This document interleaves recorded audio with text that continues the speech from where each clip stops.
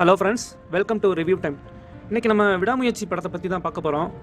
இந்த படத்தோட ரிவ்யூவை பார்க்குறதுக்கு முன்னாடி இந்த படத்துக்கு நெகட்டிவ் ரிவ்யூ கொடுக்குறவங்கள பற்றி நான் ஒரு கேள்வி கேட்குறேன். உங்களுக்கு படம் பார்க்க தெரியுமா இல்லைனா தெரியாதா? இல்லைனா மாஸ் ஹீரோ அப்படின்னா எப்போயுமே அடிதடி சீன் அப்படி தான் நடிக்கணுமா? இல்லை அப்படி எதுவும் ரூல்ஸ் எதுவும் இருக்குதா?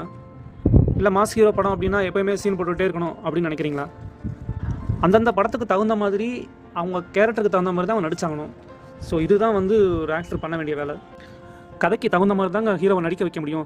இப்போ ஒரு படம் ரொமான்டிக்காக போயிட்டுருக்கு அப்படின்னா சம்மந்தமே இல்லாமல் அந்த ஹீரோவை ஒரு ஃபைட் சீன் கூட நடிக்க வைக்க முடியுமா? ஸோ அதனால் கதைக்கு எந்த மாதிரி ஹீரோவை நடிக்க வைக்க முடியுமோ அந்த மாதிரி தான் ஹீரோட்ட அவுட்புட் வாங்க முடியும்.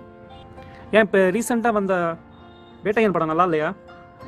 அந்த படத்துக்கு ரஜினி தேவை இல்லையா? வேட்டையன் ஒரு நல்ல கதையுள்ள படம்.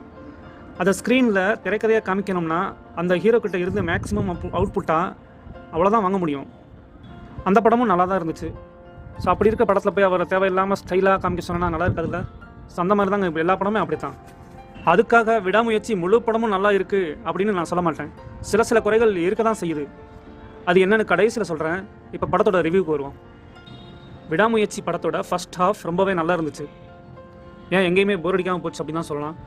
ஆனால் இந்த படத்தில் 12 வருஷத்துக்கு முன்னாடி, அடுத்து 3 வருஷத்துக்கு பின்னாடி, 8 வருஷத்துக்கு முன்னாடி, இப்படியே மாற்றி முன்னாடி பின்னாடி போயிட்டுருக்காங்க. இந்த இதில் இருந்து என்ன சொல்ல வராங்க அப்படின்னா, அஜித் அண்ட் த்ரிஷாக்கு இருக்கிற லவ்வை சொல்ல வராங்க. பட் அது படத்தில் அந்தளவுக்கு ஒன்றும் ஒர்க் அவுட் ஆகலை. இந்த படத்தோட சினிமாட்டோகிராஃபரை பற்றி பாராட்டியே ஆகணுங்க. ஏன்னா அது ரொம்ப ட்ரையான ஒரு ஏரியா.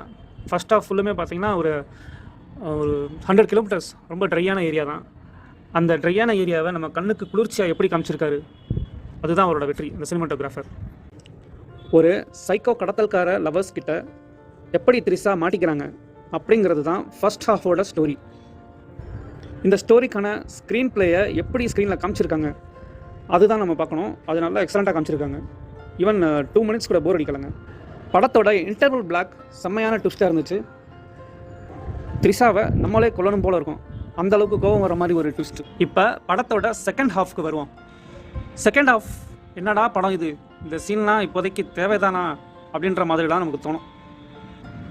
அது என்ன சீன்னா, ஒரு கிழவிக்கிட்ட முக்கியத்துவமே இல்லாத ஒரு சண்டை சீன் வரும். அந்த சீனை பார்க்கும்போது என்னடா அஜித்துக்கு இந்த சீன்லாம் தேவைதானா? அஜித்தோட கோபம் செகண்ட் ஹாஃபில் தான் வெளிப்படவே ஆரம்பிக்குது. தேவையில்லாத நிறைய கேங் குரூப்ஸை அர்ஜுன் வச்சு என்ன தான் பண்ணுறாருன்னு நமக்கே புரிய மாட்டேங்குது. நான் சொன்ன அந்த சைக்கோ லவர்ஸ் வேறு யாரும் கிடையாது, அர்ஜுன் அண்ட் ரெஜினா தான். ரெஜினாவை இந்த படத்தில் நல்ல வில்லியாக காமிச்சு, அதுவும் திறமையான ஒரு வில்லியாக காமிச்சு, கிளைமேக்ஸில் ரெஜினாவோட சாவு ரொம்ப சப்பன் முடிஞ்சிருச்சு. இந்த படத்தோட ஃபைட் மாஸ்டர் அர்ஜுனுக்காவது ஒரு 10 நிமிஷம் ஒதுக்கி அஜித் கூட சண்டை போட்டு வச்சுருக்காரு. ஆனால் ரெஜினா கூட ஃபைட் சீன்ஸ் வரும்போது 2 நிமிஷம் தான் ரெஜினா ஆல் அவுட்டு. டைரக்டர் மகிழ் திரிமேனி ஃபைனல் அந்த படத்து மூலமாக நமக்கு என்ன தான் சொல்ல வராரு அப்படின்னு பார்த்தோம்னா, த்ரிஷா எவ்வளவு தான் அஜித்தை விலகி போக நினச்சாலும் ஏமாத்தினாலும் மனைவியை எந்த அளவுக்கு ஒரு கணவர் நேசிக்கணும் அப்படிங்கிறத அழகாக அஜித் மூலமாக நமக்கு காமிச்சிருக்காரு. த்ரிஷாவோட மிஸ் கேரேஜுக்கு அப்புறம் எதனால் த்ரிஷா அண்ட் அஜித் 2 பேர்த்துக்கும் இவ்வளோ ஒரு கேப் வருதுன்னே தெரியலை. அதை கொஞ்சம் ப்ரீஃபாக காமிச்சிருக்கலாம். இந்த மாதிரியான சீன்ஸ் தான் படத்துக்கு கொஞ்சம் நெகட்டிவ்னு சொல்ல முடியுது. ஆனால் ஒரு விஷயங்க, இந்த படத்தோட இன்டர்வல் விட்டதும் ஃபோனில் பப்ளிக் ரிவ்யூஸ் எல்லாமே நான் பார்த்துருந்தேன். அந்த ரிவ்யூ கொடுத்த ஒவ்வொருத்தர் மேலே எனக்கு சரியான கடுப்பு, அவ்வளோ கோபமாக இருந்தேன். ஆனால் படத்தோட செகண்ட் ஹாஃப் பார்க்கும்போது கொஞ்சம் கொஞ்சமாக அந்த கோபம் குறைஞ்சிக்கிட்டே வர்றதை என்னால் உணர முடிஞ்சுது. அதுக்காக பொதுமாக விடாமுயற்சி மற்ற படமும் நல்லா இல்லை அப்படிலாம் சொல்லக்கூடாது. படத்தோட ஃபர்ஸ்ட் ஹாஃப் ஓகே நல்லா இருந்தது, எந்த செகண்ட்லேயும் எந்த நிமிஷத்துலையும் போர் அடிக்கலை. ஆனால் செகண்ட் ஹாஃப் கொஞ்சம் லேகிங்காக தான் இருக்குது. செகண்ட் ஹாஃபில் ட்விஸ்டோட ரிவீலிங்லாம் உடனே பண்ணிடுறாங்க. அப்படி பண்ணியிருக்கக்கூடாது. அதுதான் படத்துக்கு பெரிய மைனஸ் பாயிண்ட் சொல்லலாம். Thank you friends. மற்றும் ஒரு படத்தோட ரிவ்யூ டைமில் சந்திக்கலாம்.